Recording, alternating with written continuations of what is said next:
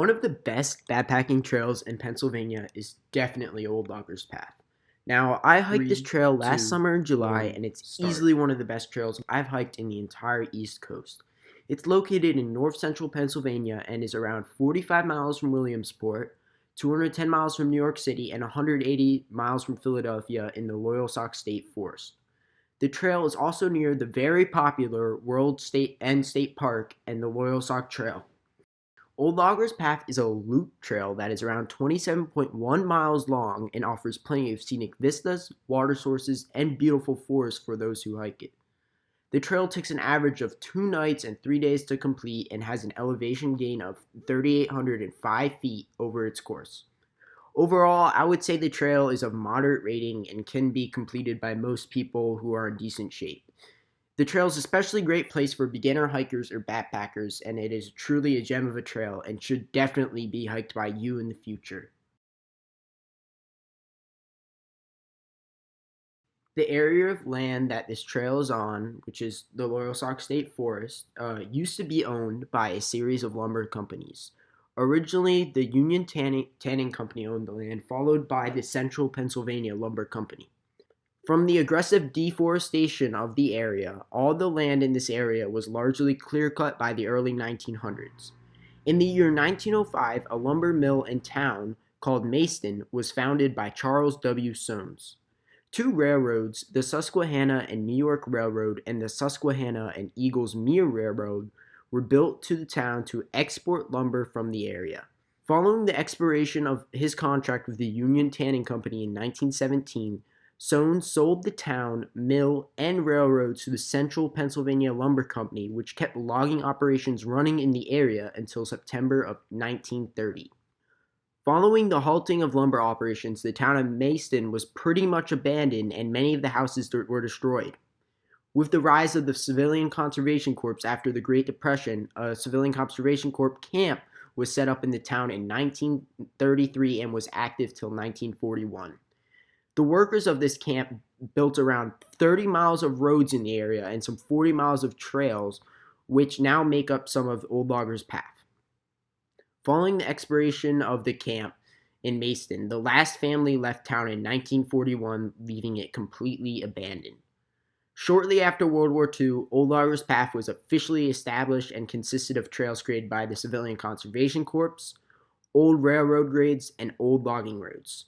Today, the trail is well maintained by both the Pennsylvania Department of Conservation and Natural Resources and the Keystone Trails Association. Now, this past July, I had the opportunity to hike the trail with a friend of mine who was trying out backpacking for the first time ever. We had wonderful weather and there were plenty of water on the trail, making it an awesome trip. It took us a total of 3 days and 2 nights to complete the trail, and each of us carried roughly 20 to 25 pounds of pack weight. We started at about 12 a.m. on day one, heading counterclockwise from the trailhead parking lot at the abandoned town of Mayston. Now, I would definitely recommend heading counterclockwise as it's just much easier because you're doing less up and more down than if you're heading clockwise. The hiking was pretty tranquil in the beginning, consisting of like no real big uphills other than a slight climb, which eventually flattened out, and the trail took us through beautiful forest till we started to straddle the edge of Rock Run. The trail had quite a few camping areas and access points around Rock Run, and there were definitely areas of the run that were swimmable especially for a cool dip in the summer. We found an awesome spot by Rock Run with a fire pit, and we ended up camping there. But in hindsight, I would recommend pushing an extra few miles. I think it was around 2 miles from our campsite, so probably around mile like 6 or 7 to the intersection of Rock Run and Yellow Dog Run, as there was a campsite there that was there was, I think, 2 campsites there that were just much prettier and a better camping area, in my opinion, for like tents. We started day 2 by following the trail to the confluence of Rock and Yellow Dog Runs before following a steady grade up to around mile 8-ish. From there, we made our way past Doe Run Shelter at around mile 10 and a half, up to Sullivan Mountain at around mile 13, where we stopped for lunch. On Sullivan Mountain, there was a very nice vista looking southwest-ish that gave a great view of more mountains and some windmills in the distance. I'd say, warning though, In the warmer months, there are plenty of rattlesnakes on Mount Sullivan. On our trip, we saw 7 on the trail around the mountain. So be careful. Definitely be looking down, especially in the summertime. From Mount Sullivan, we made our way down to the intersection with Mason Road near Pleasant Stream. Following this road intersection, the trail crosses Pleasant Stream.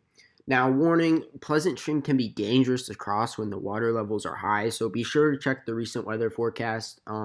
Usually, though, it's not really a big problem. I mean, sometimes, I guess, in late spring, you have to be careful. After crossing Pleasant Stream, the trail led us to Sharp Top Vista at mile 19, which was absolutely incredible. The hike up there was not even that bad up to the Vista. And the Vista had a picnic table, and it was right next to a gravel road, which connects to Mason Road. That gives access for cars to go up, so if you need someone to meet you or something, if you just want to drive up there.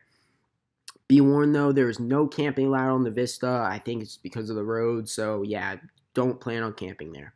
After Sharp Top Vista, the trail goes down a bit before regaining elevation and arriving at Sprout Point Vista, where there was an awesome shelter and campsite with a fire ring right on the Vista. This is where we spent our second night, and it really made the trip.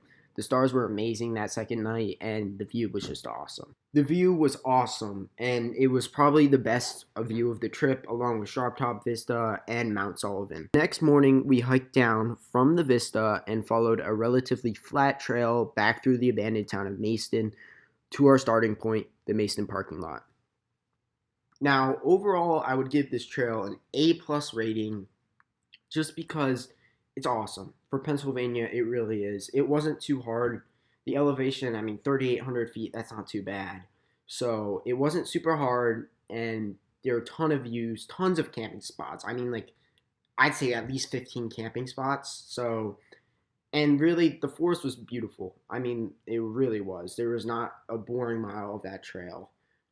I would recommend it to anyone, highly recommend it to anyone, especially if you live in Pennsylvania. You definitely have to check this out. Thank you for watching this video, and if you liked it, please leave a like and subscribe as it really supports the channel.